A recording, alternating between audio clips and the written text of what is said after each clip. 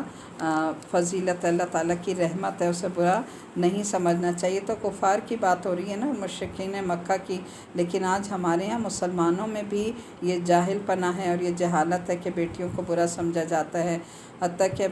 جو سائنس نے ترقی کی اور یہ وہ ہونے لگے الٹرا ساؤنڈ، تو کہتے ہیں بہت سے لوگ یہ کرتے ہیں کہ اپنا وہ کرواتے ہیں الٹرا ساؤنڈ، اگر بیٹیاں ہوتی ہیں تو وہ 7 8 مہینے کے بھی ابورٹ کروا دیتے ہیں، تو یہ کتنا سخت گناہ ہے۔ وہی والی بات اس زمرے میں آ جائے گی نا کہ پیدا ہوتے ہی وہ زندہ درگور کر دیتے تھے، یہ پیٹ کے اندر ہی اس کو ختم کر دیتے ہیں، تو یہ بہت سخت گناہ ہے، اللہ ہمیں اس سے محفوظ رکھے۔ آیت نمبر 62 اور 64 دیکھ لیجیے گا۔ اور انہوں نے اللہ کے لیے وہ چیزیں گڑھ رکھی ہیں جنہیں خود ناپسند کرتے ہیں، پھر بھی ان کی زبانیں اپنی جھوٹی تعریف ہی کرتی رہتی ہیں کہ ساری بھلائی انہی کے حصے میں ہے۔ لازمی بات ہے کہ ایسے رویے کی وجہ سے ان کے حصے میں تو دوزخ ہے اور انہیں اسی میں پڑا رہنے دیا جائے گا۔ اے پیغمبر صلی اللہ علیہ وسلم، اللہ کی قسم تم سے پہلے جو امتیں گزری ہیں ہم نے ان کے پاس پیغمبر بھیجے تھے، تو شیطان نے ان کے اعمال کو خوب بنا سنوار کر ان کے سامنے پیش کیا، چنانچہ وہی شیطان آج ان کا سرپرست بنا ہوا ہے اور اس کی وجہ سے ان کے لیے دردناک عذاب تیار ہے۔ اور ہم نے تم پر یہ کتاب اسی لیے اتاری ہے تاکہ تم ان کے سامنے وہ باتیں کھول کھول کر بیان کر دو جن میں انہوں نے مختلف راستے اپنائے ہوئے ہیں، اور تاکہ یہ ایمان لانے والوں کے لیے ہدایت اور رحمت کا باعث بن جائے۔ دیکھیں دوسری جگہ یہ بات آ رہی ہے نا کہ اس قرآن کو نبی کریم صلی اللہ علیہ وسلم کو حکم دیا جا رہا ہے کہ اسے کھول کھول کر بیان کر دو، ہر بات کھول کے بتا دو، اور ان کے ذریعے ہمیں بھی جو دین کا کام لوگ کر رہے ہیں ان کے لیے بھی کیا حکم ہے کہ قرآن کی کسی بات کو اپنے کسی مطلب کے لیے یا لوگوں کی خواہش کے مطابق چھپانا نہیں چاہیے، بلکہ حق کھول کر ان کے سامنے رکھنا چاہیے، کھول کے انہیں بتا دیں، سارے راستے ان کے سامنے کھل جائیں۔ اب ہر ایک کی اپنی مرضی ہے کہ وہ اللہ پر کس طرح سے ایمان لاتا ہے اور کس طرح سے وہ بات کرتا ہے۔ آگے دیکھ لیجیے گا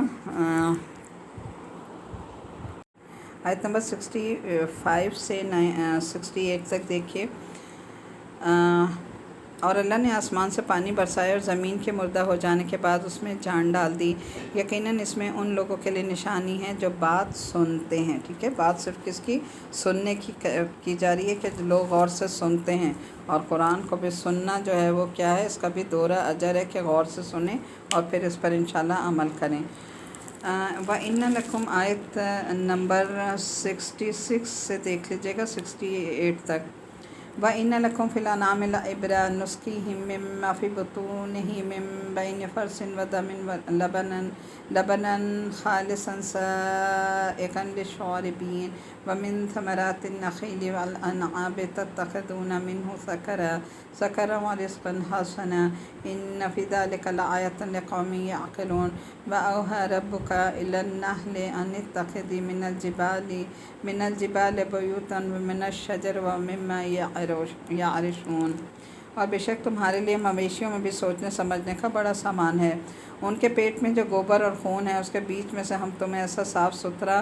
دودھ پینے کو دیتے ہیں جو پینے والوں کے لیے خوشگوار ہوتا ہے۔ اب دیکھیں اللہ کی جو نشانیاں، ان پہ غور و فکر کرنے کے بعد انسان کے دل میں کیوں شکر ادا نہیں ہم کریں گے؟ یعنی گائے بھینسیں جو ہیں، بکرے، جو بکریاں ہیں، وہ کھاتے کیا ہیں؟ اب دیکھیں وہ جو یہ چارہ ہے، سب گھاس ہے اور بھوسا ہے، یہ چیزیں کھاتے ہیں، اور کھانے کے بعد ان کے پیٹ کے اندر جو ہے خون ہوتا ہے، گوبر ہوتا ہے، لیکن اسی کے اندر سے اللہ تعالیٰ جو دودھ ہمارے لیے نکال رہا ہے وہ کتنا پیور، بالکل وائٹ ہوتا ہے، صاف ستھرا اور پینے والوں کے لیے خوشگوار۔ تو اللہ تعالیٰ نے انسان کو اشرف المخلوقات بنا کے دیکھیں اس کی نفسیات کا بھی خیال رکھا کہ انسان اچھی چیز پسند کرتا ہے نا، تو ظاہر ہے بھی گوبر ہے، خون سے تو پسند نہیں کرے گا۔ دودھ جو ہے کتنی صاف ستھری اور خوبصورت چیز ہے، اللہ نے اس کے لیے اس جانور میں سے کھلایا کیا اسے جانور کو، اور وہ دے کیا رہا ہے۔ اور اس میں اب دیکھیں کہ ہم اللہ کے شکر گزار نہیں ہوتے، جانور جو ہے وہ نہ صرف اللہ کے، ہمارے بھی شکر گزار ہیں۔ جو ہماری جو بچی کچی غذا ہے نا، یعنی ہم جو درختوں سے اچھا پھل نکلتا ہے وہ ساری چیزیں ہم کھاتے ہیں، اور جو اس کا ایک طرح کا کچرا ہوتا ہے، اس کے جو چھلکے ہوتے ہیں، بھوسا ہے، گھاس ہے، وہ سارے وہ جانور کھاتے ہیں، ہمارا بچا ہوا، اور کھانے کے بعد ان کی شکر گزاری دیکھیں کہ وہ ہمیں دودھ پیش کر رہے ہیں، اور کتنا اچھا دودھ کے بہترین پوری اس میں غذائیت بھی ہیں، اور بالکل وائٹ اور پیور، کتنا صاف ستھرا۔ اور آگے کہا کہ اور کھجور کے پھلوں اور رنگوں سے بھی وَمِنَ الثَّمَرَاتِ النَّخِيلِ وَالْأَعْنَابِ تَتَّخِذُونَ مِنْهُ سَكَرًا وَرِزْقًا حَسَنًا إِنَّ فِي ذَلِكَ لَآيَةً لِّقَوْمٍ يَعْقِلُونَ وَأَوْحَىٰ رَبُّكَ إِلَى النَّحْلِ أَنِ اتَّخِذِي مِنَ الْجِبَالِ بُيُوتًا وَمِنَ الشَّجَرِ وَمِمَّا يَعْرِشُونَ۔ اور کھجور کے پھلوں اور انگوروں سے بھی ہم تمہیں ایک مشروب عطا کرتے ہیں جس سے تم شراب بھی بناتے ہو، اور پاکیزہ چیزیں بھی، اور پاکیزہ رزق بھی۔ بے شک اس میں بھی کچھ لوگوں کے لیے نشانی ہیں جو عقل سے کام لیتے ہیں۔ اچھا، یہاں پر اس آیت کو تھوڑا سا دیکھ لیتے ہیں پہلے ہم، کہ یہ سورت جو ہے مکی ہے، جب یہ نازل ہوئی تو اس وقت تک شراب جو ہے وہ حرام نہیں ہوئی تھی، لیکن اسی آیت میں شراب کو پاکیزہ رزق کے مقابلے میں ذکر فرما کر ایک لطیف اشارہ اللہ تعالیٰ نے کس طرف کر دیا کہ شراب جو ہے وہ پاکیزہ رزق نہیں ہے۔ ٹھیک ہے، پاکیزہ رزق نہیں ہے بلکہ شراب جو ہے وہ حرام ہے۔ آگے دیکھیں آیت نمبر 68 میں، اور تمہارے پروردگار نے شہد کی مکھی کے دل میں یہ بات ڈال دی کہ تو پہاڑوں میں، درختوں میں، اور لوگ جو چھتریاں اٹھاتے ہیں ان میں اپنے گھر بنا۔ چھتریاں اٹھانے سے مراد وہ جگہیں جہاں پر جو ہے بیلیں چڑھائی جاتی ہیں۔ اللہ تعالیٰ نے خاص طور پر شہد کی مکھی کو گھر بنانے کا ذکر یہاں پر اس لیے فرمایا کہ وہ جو چھتیں بناتی ہے وہ عجیب و غریب صنعت کا شاہکار ہوتے ہیں،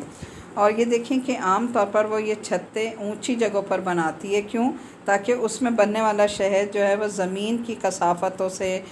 گند سے، مٹی سے، اور جو بھی گرد و غبار وغیرہ ہے اس سے محفوظ رہ سکے، اور اسے تازہ ہوا بھی میسر آئے۔ توجہ اس طرف دلائی جا رہی ہے کہ سب کچھ اللہ تعالیٰ نے اسے سکھایا۔ اب دیکھیں چھوٹی سی شہد کی مکھی، اسے کیا پتہ کہ میں نے کن پھولوں سے جا کے ان کا رس نکالنا ہے، کہاں پر لے جا کے اسے جمع کرنا ہے، کیسے چھتوں میں رکھنا ہے۔ اور چھتوں میں آپ یہ دیکھیں کہ انسان اگر ایسی فیکٹریز بھی بنائے نا تو ایسی چیز نہیں بنا سکتا کہ جو اتنے سال تک محفوظ رہ سکے۔ شہد کے بارے میں کہا جاتا ہے کہ شہد کو اگر آپ 100 سال بھی رکھیں نا تو وہ خراب نہیں ہوتا، اتنا پیوریفائی ہوتا ہے کہ یعنی اتنے اوپر جا کے بناتی ہے نا کہ جہاں پہ نہ کوئی مٹی کے ذرے جا سکتے ہیں، نہ کوئی زمین کی کثافت، تو اس وجہ سے، اور پھر اس کے بعد وہ چھتے میں رکھ کر اس کے اوپر اس کو کور کر دیتی ہے، تو عام صنعتوں میں اتنی زیادہ بہترین پیوریفائی چیز کو نہیں رکھا جا سکتا۔ تو یہاں پر آپ دیکھیں کہ اللہ تعالیٰ کی قدرت ہے کہ اللہ نے ایک چھوٹی سی چیز کو کیا سکھایا نا، اور پھر شہد بناتی ہے، اور شہد میں کیا ہے؟ شفا ہے۔ پھر کیا کیا کہ ثم کلی من کل ثمرات فاسلکی سبل ربک ذللا یخرج من بطونها شراب مختلف الوانہ فیہ شفاء للناس۔ سبحان اللہ۔ پھر ہر قسم کے پھلوں سے اپنے خوراک حاصل کر، پھر ان راستوں پر چل جو تیرے رب نے تیرے لیے آسان بنا دیے۔ اس طرح اس مکھی کے پیٹ سے وہ مختلف رنگوں والا مشروب نکلتا ہے جس میں لوگوں کے لیے شفا ہے۔ اب یہ دیکھیں، یہ بہترین آیت ہے نا کہ فیہ شفاء للناس، یعنی شہد میں شفا ہے۔ تو یقیناً ان سب باتوں میں ان لوگوں کے لیے نشانی ہے جو سوچتے سمجھتے ہیں، اور اللہ نے تمہیں پیدا کیا، وہی تمہاری روح قبض کرتا ہے۔ تمہیں میں سے کوئی ایسا ہے جو عمر کے سب سے ناکارہ حصے تک پہنچا دیا جاتا ہے۔ اچھا، یہاں پر تھوڑا سا آپ خوراک کے حوالے سے ہم بات کر لیتے ہیں کہ دیکھیں اللہ تعالیٰ نے یہاں اپنی ساری وہ نعمتوں کا ذکر کیا کہ جو اللہ تعالیٰ نے انسان کے لیے بہترین بنائی ہیں، فل ڈائٹ ہیں۔ اب ان میں دیکھیں یہاں اللہ تعالیٰ نے کھجور کا ذکر کیا، انگور، شہد اور دودھ کا۔ تو دودھ بھی ایک مکمل غذا ہے، اور کتنا صاف ستھرا کہ کس جانور سے ہمیں مل رہا ہے۔ پھر کھجور جو ہے وہ مکمل ایک ڈائٹ ہے، ایک روٹی کی غذائیت ہوتی ہے ایک کھجور میں۔ اسی طرح انگور میں اتنا گلوکوز ہوتا ہے کہ انسان جو ہے پھر اسے کسی اور چیز کی ضرورت نہیں رہتی اگر اس کا جوس پی لے یا انگور کھا لے۔ اور شہد میں شفا ہے۔ آپ دیکھیں کہ ہم کتنی دواؤں کا استعمال کرتے ہیں، لیکن شہد میں شفا ہے۔ قرآن نے کہا، اور حضور صلی اللہ علیہ وسلم کی سنت ہے شہد کھانا، کہ آپ صلی اللہ علیہ وسلم صبح نہار منہ تھوڑا سا شہد جو ہے وہ لیا کرتے تھے، اور آپ کو بہت پسند تھا۔ کبھی ٹھنڈے پانی میں اور کبھی گرم پانی میں اس کا شربت بنا کے پیا کرتے تھے۔ تو اگر نہار منہ اگر ایک گلاس پانی میں آپ 1 چمچ شہد ڈال کے پی لیں تو یہ ویٹ کو بھی ریڈیوس کرتا ہے، اور دوسرے جسم کی صفائی اندر سے کرتا ہے، اور سب سے بڑی بات یہ کہ ہر سنت میں کوئی نہ کوئی مصلحت پوشیدہ ہے۔ تو اگر ہم اپنی خوراک میں شہد، کھجور اور انجیر، دودھ، ان چیزوں کا استعمال رکھیں تو ہم بہت سی بیماریوں سے محفوظ رہتے ہیں۔ لیکن ہمارے ہاں دیکھیں کہ ہم نے اپنا آپ کو بھی سنتوں سے دور رکھا، اور اپنے بچوں کو بھی۔ اسی لیے آج آپ دیکھیں کہ بچوں کے لیے گھر میں ہر چیز پرووائڈ کی ہوئی ہوتی ہے، لیکن ان کا مزاج کیا ہوتا ہے؟ کیونکہ ہم نے انہیں شروع سے فاسٹ فوڈ کی عادت ڈال دی۔ کولڈ ڈرنکس انہیں ہم پلا رہے ہیں، شہد ہے، انگور ہے، یہ سارے ان کا آپ ان کو دیں چیزیں بنا کے، نہ کہ یہ کہ جب وہ بچے کولڈ ڈرنکس پیتے ہیں، ظاہر ہے معدے بھی ان کے خراب ہوتے ہیں، ایسیڈیٹی بڑھتی ہے، اور شروع سے کیلشیم جو ہے ان میں کم ہو جاتی ہے، ہڈیوں کی بیماریاں ہو جاتی ہیں۔ تو فاسٹ فوڈ سے کیا ہوتا ہے کہ پیٹ تو بھر جاتے ہیں، اس سے ان کے ویٹ بھی بڑھتے ہیں، اور دوسرے بچوں میں ایک چڑچڑا پن آ جاتا ہے۔ چاکلیٹس ہیں، یہ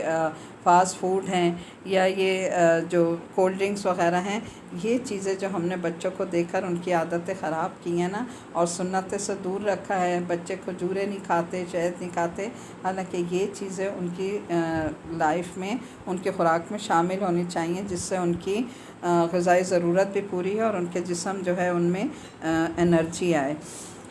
اس کے بعد ایک اور اہم چیز جس کی طرف اشارہ کیا گیا آیت نمبر 70 میں دیکھیں، اور تم میں سے کوئی ایسا ہوتا ہے جو عمر کے سب سے ناکارہ حصے تک پہنچا دیا جاتا ہے، جس میں پہنچ کر وہ سب کچھ جاننے کے بعد بھی کچھ نہیں جانتا۔ بے شک اللہ بڑے علم والا اور بڑی قدرت والا ہے۔ آیت نمبر 70 جو ہے، اس میں دیکھیں کہ انتہائی بڑھاپے کی حالت کو ناکارہ عمر کہا جا رہا ہے، کہ ناکارہ عمر ہوتی ہے ایک طرح کی، ختم ہو جاتی ہے، جس میں انسان کی ذہنی اور جو جسمانی صلاحیتیں ہیں وہ ناکارہ ہو جاتی ہیں۔ اور سب کچھ جاننے کے باوجود بھی کچھ نہ جاننے کا یہ مطلب ہے کہ بڑھاپے کے اس حصے میں انسان اس علم کا اکثر ایک حصہ بھول جاتا ہے جو اس نے اپنی پچھلی زندگی میں حاصل کیا ہوتا ہے۔ اور دوسرا اس کا مطلب یہ بھی ہو سکتا ہے کہ ابھی اسے ایک بات بتائی گئی اور تھوڑی سی دیر میں وہ ایسا ہو گیا جیسے اس کو کچھ بتایا ہی نہیں گیا تھا، یعنی بھول جاتا ہے۔ تو یہ ہے کہ یہ بتایا جا رہا ہے کہ یہ حقائق بیان فرما کر غافل انسان کو اس طرف توجہ دلائی جا رہی ہے کہ اسے اپنی کسی طاقت اور صلاحیت پر غرور نہیں ہونا چاہیے۔ یعنی اگر آج تمہارے پاس جوانی ہے، انرجی ہے، تمہارے پاس علم ہے، صلاحیتیں ہیں، تو اس کو اللہ کی نعمت سمجھ کے صحیح راستے میں لگاؤ، اللہ کے دین کے راستے میں لگاؤ، تاکہ یہ تمہارے لیے صدقہ جاریہ بن جائیں۔ اور جوانی کی عبادت بہترین عبادت ہوتی ہے۔ تو اس عمر کو، اس انرجی کو، جب کہ انسان کی صلاحیتیں اس وقت اپنے عروج پر ہوتی ہیں، ان چیزوں کو اس وقت ہمیں جو ہے اللہ کے دین کے راستے میں لگانا چاہیے اور اللہ کا شکر ادا کرنا چاہیے۔ ان پہ غرور یا تکبر نہیں کرنا چاہیے، کیونکہ صلاحیتیں کس نے دی ہیں؟ اللہ تعالیٰ نے، جب چاہے ہم سے لے لے، تو یہ اللہ کی عطا کر دی ہیں۔ اور ان سے سبق کیا ہے کہ یہ سارا کارخانہ ایک بڑے علم والے، بڑی قدرت والے کا بنایا ہوا ہے، جس کا کوئی شریک نہیں، اور بالا آخر ہر شخص کو اسی کی طرف پلٹ کر جانا ہے۔ تو دیکھیں، ہمیں جو ہے اپنی صلاحیتوں سے، جس عمر میں بھی ہم ہیں، اگر اللہ نے ہمیں سوچنے سمجھنے کی صلاحیتیں ابھی تک برقرار رکھی ہوئی ہیں، تو ان آخری بچے کچھ حصے کو بھی ہمیں اللہ کے دین کے لیے لگانا چاہیے، اس سے پہلے کہ وہ عمر آ جائے کہ اگر ہم کچھ بولنا بھی چاہیں تو نہ بول سکیں، سننا چاہیں تو سن نہ سکیں۔ یعنی آہستہ آہستہ انسان کی ساری صلاحیتیں جو ہے وہ جواب دینا شروع کر دیتی ہیں۔ انسان کی سماعت ہے، انسان کی بصارت ہے، اور سوچنے سمجھنے کی صلاحیتیں کم ہوتی چلی جاتی ہیں۔ تو یہ جو ارذل عمر ہوتی ہے نا، بڑھاپے کی عمر، اس سے نبی کریم صلی اللہ علیہ وسلم نے پناہ مانگی تھی۔ یہ دعا ہے، یہ دعا مانگا کیجئے، اسپیشلی جو 40 سال کو کراس کر جائیں یا 50 کو۔ اللہم انی اعوذ بک من ارذل العمر، اللہ تعالیٰ میں آپ سے ارذل عمر سے پناہ چاہتا ہوں۔ ارذل عمر کون سی ہوتی ہے؟ کہ جب انسان واپس بچپن کی طرف پلٹنا شروع ہو جاتا ہے، بچوں جیسی حرکتیں شروع کر دیتا ہے۔ تو اللہ تعالیٰ اس ایج میں جو ہمارے کرنے کی ایج ہے، اللہ اس ایج کو اپنے راستے میں قبول کر لے، اور ہم دین کے کوئی ایسے کام کر لیں جو ہمارے لیے بہترین صدقہ جاریہ بن جائیں۔ آگے دیکھیے، آیت نمبر 71 سے 73 تک دیکھ لیجیے گا۔ اور اللہ نے تم سے کچھ لوگوں کو رزق کے معاملے میں دوسروں پر برتری دے رکھی ہے۔ اب جن لوگوں کو برتری دی گئی، وہ اپنا رزق اپنے غلاموں کو اس طرح نہیں لوٹا کر دیتے کہ وہ سب برابر ہو جائیں۔ تو کیا یہ لوگ اللہ کی نعمت کا انکار کرتے ہیں؟ دیکھیں، بڑی ایک اہم بات سامنے آ رہی ہے کہ اللہ نے اگر تمہیں زیادہ کسی کو رزق دیا ہے تو اس میں تمہارے غلاموں یعنی نوکر چاکروں کا بھی حصہ رکھا ہے، لیکن جب خرچ کرنے کی بات آتی ہے تو ہم اپنے نوکروں پہ کتنا خرچ کرتے ہیں۔ ایک تو یہ کہ ہم ان سے کام کرواتے ہیں، ان سے مزدوری لیتے ہیں، اور اس کے بعد ہم انہیں ان کی مزدوری کی اجرت دے دیتے ہیں، اس کے علاوہ کچھ نہیں۔ تو کہا کہ تمہارے اس میں سب سے پہلا حق تمہارے ان غلاموں کا ہے جو تمہاری خدمت کرتے ہیں۔ سب سے پہلا انہیں دینا چاہیے کہ انہیں اچھے سے اچھا کھلاؤ پہناؤ، اور انہیں ہی ان پر زیادہ اپنا مال خرچ کرو، خیرات زکوٰۃ کا۔ اور اللہ نے تمہاری بیویاں بنائی ہیں، اور تمہاری بیویوں سے تمہارے لیے بیٹے اور پوتے پیدا کیے، اور تمہیں اچھی اچھی چیزوں میں سے رزق فراہم کیا۔ کیا پھر بھی یہ لوگ بے بنیاد باتوں پر ایمان لاتے اور اللہ کی نعمتوں کی ناشکری کرتے ہیں؟ اب یہاں دیکھیں، اللہ کی نعمتوں میں یہ جو نوکر چاکر، یہ غلام ہیں، یہ بھی اللہ تعالیٰ کی ایک نعمت ہے۔ اللہ تعالیٰ یہ ساری صورت میں نعمتیں گنوا رہے ہیں نا۔ پھر اس کے بعد ایک اور جس نعمت کا اللہ تعالیٰ نے ذکر کیا، وہ کیا ہے؟ جس کو بہت سے لوگ بالکل فراموش کر دیتے ہیں کہ بس یہ تو اب ہمارا مال ہے، ہم جو مرضی کریں۔ بیویاں بھی اللہ تعالیٰ کی طرف سے شوہروں کے لیے ایک بہت بڑی نعمت ہوتی ہیں، کیونکہ ان سے ہی پھر بیویوں سے ہی نسل چلتی ہے نا۔ آگے دیکھیں، ایک درخت ہے، درخت سے آگے اس کی جو شاخیں ہیں، ان سے پھل آ رہے ہیں، وہ کس وجہ سے؟ یعنی بیس کیا ہے؟ عورت ہی ہے، بیوی ہے جو اس کی بیس بنتی ہے، اور اس سے پھر پوتے، بیٹے، بیٹیاں، پوتیاں سب پیدا ہوتے ہیں۔ تو اس لیے کہا کہ ان کی بھی عزت کرو، ان کی بھی قدر کرو۔ پھر بھی یہ لوگ جو ہے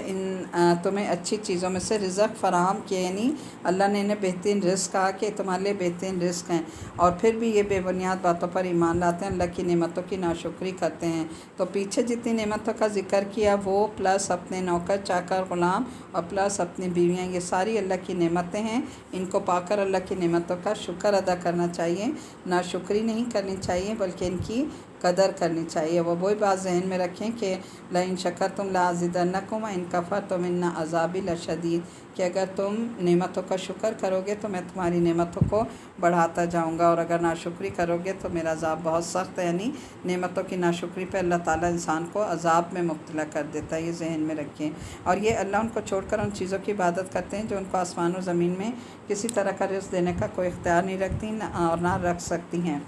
آیت نمبر 74 سے 76 تک دیکھیں، لہٰذا تم اللہ کے لیے مثالیں نہ گڑھو، بے شک اللہ جانتا ہے تم نہیں جانتے۔ اللہ ایک اور مثال دیتا ہے، ایک طرف ایک غلام کی جو کسی کی ملکیت میں ہے، اس کو کسی چیز پر کوئی اختیار نہیں ہے،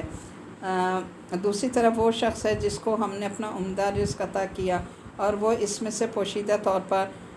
بھی اور کھلے بندوں خرچ کرتا ہے، کیا یہ دونوں برابر ہو سکتے ہیں؟ ساری تعریفیں اللہ ہی کے لیے ہیں، لیکن ان میں سے اکثر لوگ ایسی صاف بات بھی نہیں جانتے۔ دیکھیں، اگر غور سے قرآن کو ڈوب کر پڑھیں نا تو آپ دیکھیں کہ انسان واقعی اس کے اندر ڈوبتا چلا جاتا ہے کہ اتنی بہترین مثالیں اللہ تعالیٰ کیسے کمپیئر کر کر کے بتا رہے ہیں کہ دیکھو میں نے یہ نعمتیں تمہیں سب کو دی ہیں، سب کو ان نعمتوں سے نوازا ہے، جن کا بھی ہم نے ذکر پڑھا یہ نعمتیں سب کو ملی ہیں۔ اللہ نے کسی کو زیادہ دیں، کسی کو کم دیں، تو وہی نعمتیں پانے کے بعد اللہ تعالیٰ کا رزق ہے، پیسہ ہے، دولت ہے، اولاد، جو کچھ بھی ہیں، تو کہا کہ دیکھو ہم نے سب کو دی ہیں۔ کوئی ان نعمتوں سے فائدہ اٹھا کر ان کو اللہ کے راستے میں لگا کے اپنے لیے آگے بنا رہا ہے اپنی جنت، اور کوئی جو ہے وہ نعمتوں سے فائدہ اس طرح نہیں اٹھا رہا، یعنی ان کو اللہ کے راستے میں نہیں کرتا۔ تو اللہ نے یہ جو جتنی چیزیں میں نے بتائیں نا آپ کو، پیچھے سارا رزق ہے، بیویاں ہیں یہ بھی رزق میں آ جاتی ہیں، نوکر چاکر ہیں وہ بھی رزق میں، تو جو عمدہ رزق ہم نے تمہیں دیا ہے، تو اللہ کے بندے ایسے بھی ہیں جو کھلے چھپے ڈھکے ہر حال میں، پوشیدہ بھی اعلانیہ، ہر حال میں ہر وقت اللہ کے راستے میں خرچ کرتے ہیں۔ اور کچھ لوگ ایسے بھی ہیں جو نعمتوں کو پا کر یا تو اپنے پاس جمع کرتے رہتے ہیں، اپنے بینک بیلنس بڑھاتے رہتے ہیں، اور یا اپنی ذات پر لگاتے رہتے ہیں یا اپنے گھروں پر لگاتے رہتے ہیں، اللہ کے راستے میں کچھ خرچ نہیں کرتے۔ تو یہاں وہی کمپیریزن اللہ تعالیٰ کر رہے ہیں کہ دیکھو یہ برابر نہیں ہو سکتے، ایک خرچ کر رہا ایک نہیں کر رہا، تو کیا تم جانتے ہو میں دونوں کو برابر کر دوں گا؟ نعمتیں دونوں کو برابر کی دے رہا ہوں، لیکن استعمال آگے برابر کا نہیں ہو رہا، تو پھر دونوں کے درجات میں بھی فرق ہوگا، یعنی پھر جنت کے بھی آگے درجات ہوں گے کہ کون کس درجے پہ جاتا ہے۔ جو جنت کے بلند درجات انہیں کو ملیں گے جو اللہ کے دی ہوئی نعمتوں کو اللہ کے راستے میں بہترین طریقے سے لگا رہے ہیں۔ تو ہمارا اور آپ کا سب کا فرض کیا بنتا ہے، عام دنوں میں بھی اور خصوصاً اللہ کے راستے میں رمضان کے مہینے میں اپنی ساری نعمتوں پہ اللہ کے غور کریں، اور زیادہ سے زیادہ بغیر سوچے سمجھے پانی کی طرح بہائیں کہ یہ اللہ نے ایک مہینہ دیا ہے، ہمیں زیادہ زیادہ سوچ سمجھ کے ہر وقت حساب کتاب کر کے مت خرچ کریں کہ اتنا اس کو دینا ہے، بس بے دریغ خرچ کریں۔ اللہ بھی تو اوپر سے بے دریغ دے رہا ہے نا، اتنی نعمتیں ہمیں دے رہا ہے، وہ تو دینا ایک طرف ہے۔ ابھی جتنا ہم نے اس بارے میں پڑھا، دیکھیں کتنی نعمتیں ہیں، کبھی ہم نے غور کیا کہ صبح سے رات تک ہم اس کی کتنی نعمتیں استعمال کرتے ہیں اور ہم کتنا شکر ادا کرتے ہیں، اور اس کی ہی نعمتوں کو ہم آگے اللہ کے راستے میں کتنا دیتے ہیں۔ تو جو فرض صدقات ہیں وہ بھی ادا کریں، زکوٰۃ وغیرہ، نفل صدقات بھی ادا کریں، اپنے گھر والوں کو بھی دیں، اپنے رشتہ داروں کو، اپنے گھر کے کام کرنے والے وہ آپ کے پہلے حقدار ہیں، ان پہ سب سے زیادہ خرچ کریں۔ پھر اسی طرح سے اور جو چیزیں ہیں اللہ کے راستے میں، آپ کی صلاحیتیں ہیں، آپ کا وقت ہے، آپ کے بولنے کی صلاحیت ہے، سننے کی صلاحیت ہے، جوانی ہے، آپ کی صحت ہے، ان سب کو اللہ کے راستے میں لگا دیں۔ یہ سب چیزیں رزق میں آتی ہیں تاکہ آخرت کے بینک میں سیف ہو سکیں۔ آگے کہا کہ ایک اور مثال دیتا ہے، جو دو آدمی ہیں ان میں ایک گونگا ہے جو کوئی کام نہیں کر سکتا اور اپنے آقا پر بوجھ بنا ہوا ہے، اور وہ جہاں بھی جاتا ہے وہاں بھی جاتا ہے، وہ کوئی ڈھنگ کا کام نہیں کر لاتا۔ کیا ایسا شخص اس دوسرے آدمی کے برابر ہو سکتا ہے جو دوسروں کو بھی اعتدال کا حکم دیتا ہے اور خود بھی سیدھے؟ سبحان اللہ، کتنی خوبصورت اللہ مثالیں دے رہا ہے نا کہ ایک گونگا ہے جو دوسروں پر بوجھ بنا ہوا ہے، اور نعمتیں اس کو بھی مل رہی ہیں، جو نہیں ہیں اس کو بھی مل رہی ہیں، لیکن دونوں برابر نہیں ہیں۔ ایک اعتدال میں چل رہا ہے اور ایک اعتدال میں نہیں، یعنی خود بھی کنجوسی کرتا ہے، دوسروں کو بھی روکتا ہے، اور ایک جو ہے وہ اللہ کی راہ میں بے دریغ خرچ کر رہا ہے۔ تو اللہ نے کہا دونوں کیسے برابر ہو سکتے ہیں؟ آیت نمبر آگے دیکھ لیجیے 77 سے 80 تک۔ اور آسمان و زمین کے سارے بھید اللہ کے قبضے میں، اور قیامت کا معاملہ آنکھ جھپکنے سے زیادہ نہیں ہوگا بلکہ اس سے بھی جلدی یقین رکھو کہ اللہ ہر چیز پر پوری قدرت رکھتا ہے، اور اللہ تعالیٰ نے تم کو تمہارے ماں کے پیٹ سے اس حالت میں نکالا کہ تم کچھ بھی نہیں جانتے تھے، اور تمہارے لیے کان، آنکھیں اور دل پیدا کیے تاکہ تم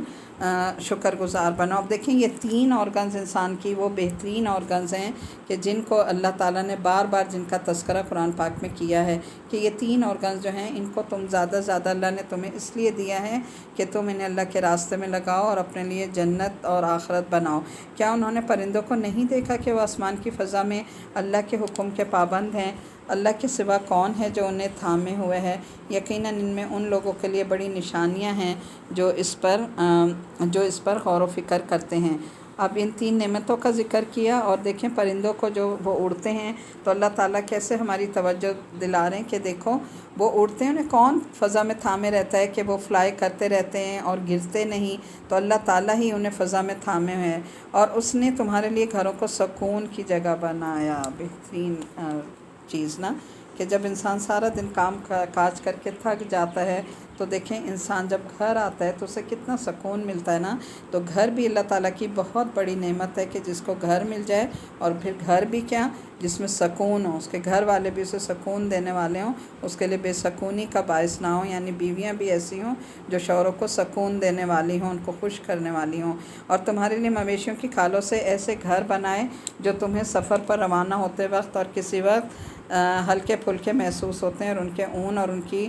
روئیں اور ان کے بالوں سے گھریلو سامان اور ایسی چیزیں پیدا کیں جو ایک مدت تک تمہیں فائدہ پہنچاتی ہیں، یعنی جانور جو دن رات تمہارے ہر وقت کاموں میں لگے ہوئے ہیں، ان کا دودھ بھی پی رہے ہیں، ان کا شہد بھی سب، اور ساتھ ہی وہ جانور کی کھالیں مرنے کے بعد بھی تمہیں اتنا کچھ دے جاتے ہیں کہ ان کی کھالوں سے بھی تم فائدے اٹھاتے اور اپنے گھریلو سامان کی چیزیں بناتے ہو۔ تو یہ دیکھیں کہ اللہ کی کتنی بڑی نعمتیں ہیں، اور اللہ ہی نے آیت نمبر 81 سے 84 تک، اور اللہ ہی نے اپنی پیدا کی ہوئی چیزوں سے تمہارے لیے سائے پیدا کیے، پہاڑوں میں تمہارے لیے پناہ گاہیں بنائیں، اور تمہارے لیے ایسے لباس پیدا کیے جو تمہیں گرمی سے بچاتے ہیں، اور ایسے لباس جو تمہیں جنگ میں محفوظ رکھتے ہیں، یعنی لوہے وغیرہ کے دھاتوں سے جو بنے ہوئے ہوتے ہیں۔ اس طرح وہ اپنی نعمتوں کو تم پر مکمل کرتا ہے تاکہ تم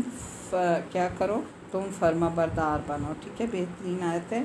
کہ نعمتیں اللہ نے اس لیے تمہارے لیے بنائیں تاکہ تم اللہ کے فرما بردار بنو، اور نعمتیں پا کے اللہ کے راستے میں لگاؤ، شکر گزاری کرو، اور اللہ کی زیادہ سے زیادہ عبادت کرو، ناشکری نہ کرو۔ پھر بھی اگر یہ کافر منہ موڑے رہیں تو پیغمبر تمہارے ذمے صرف بات پہنچا دینا ہے۔ یہ لوگ اللہ کی نعمتوں کو پہچانتے ہیں پھر بھی انکار کرتے ہیں، اور ان میں سے اکثر ناشکرے ہیں۔ اور اس دن کو یاد کرو جب ہم ایک امت میں سے ایک گواہ کھڑا کریں گے، پھر جب تم لوگ وَيَوْمَ نَبْعَثُ مِنْ كُلِّ شَهِيدٍ ثُمَّ لَا يُؤْذَنُ لِلَّذِينَ كَفَرُوا وَلَا هُمْ يُسْتَعْتَبُونَ۔ آیت نمبر 84 ہے۔ پھر جن لوگوں نے کفر اپنایا تھا انہیں عذر پیش کرنے کی اجازت نہیں دی جائے گی، اور نہ ان سے یہ فرمائش کی جائے گی کہ وہ توبہ کریں۔ آیت نمبر 85 سے 88 تک دیکھیے، اور جب یہ ظالم آنکھوں کو دیکھ لیں گے تو اس عذاب کو ہلکا نہ کیا جائے گا، اور نہ ان کو مہلت دی جائے گی۔ اور جن لوگوں نے اللہ کے ساتھ شریک کیا تھا، جب وہ اپنے گڑھے ہوئے شریکوں کو دیکھیں گے تو کہیں گے کہ اے پروردگار، یہ ہیں ہمارے وہ شریک جن کو ہم تجھے چھوڑ کر پکارا کرتے تھے۔ اس موقع پر وہ گھڑے ہوئے شریک ان پر بات پھینک ماریں گے کہ تم بالکل جھوٹے ہو۔ اور وہ دن، آیت نمبر 87، اور وہ اس دن اللہ کے سامنے فرمانبرداری کے بول بولنے لگیں گے، اور جو بہتان وہ باندھا کرتے تھے اس کا انہیں کوئی سراغ نہیں ملے گا۔ جن لوگوں نے کفر اپنا لیا تھا اور دوسروں کو اللہ کے راستے سے روکا تھا، ان کے اوپر ہم مزید عذاب کا اضافہ کرتے رہیں گے کیونکہ وہ فساد مچایا کرتے تھے۔ اور وہ دن بھی یاد کرو جب ہر امت میں ایک گواہ انہی میں سے ہم کھڑا کریں گے۔ یہ آیت نمبر دیکھ لیجیے گا کہ وَيَوْمَ نَبْعَثُ فِي كُلِّ أُمَّةٍ شَهِيدًا عَلَيْهِم مِّنْ أَنفُسِهِمْ وَجِئْنَا بِكَ شَهِيدًا عَلَىٰ هَٰؤُلَاءِ وَنَزَّلْنَا عَلَيْكَ الْكِتَابَ۔ اور وہ دن بھی یاد کرو جب ہر امت میں ایک گواہ انہی میں کھڑا کریں گے، اور اے پیغمبر صلی اللہ علیہ وسلم، ہم تمہیں ان لوگوں کے خلاف گواہی دینے کے لیے لائیں گے۔ یہاں پر ہمارا سی پارٹ ختم ہوا ہے، آیت نمبر 88 ہوا ہے، آیت نمبر 88 ہوا ہے، آیت نمبر 88 ہوا ہے، آیت نمبر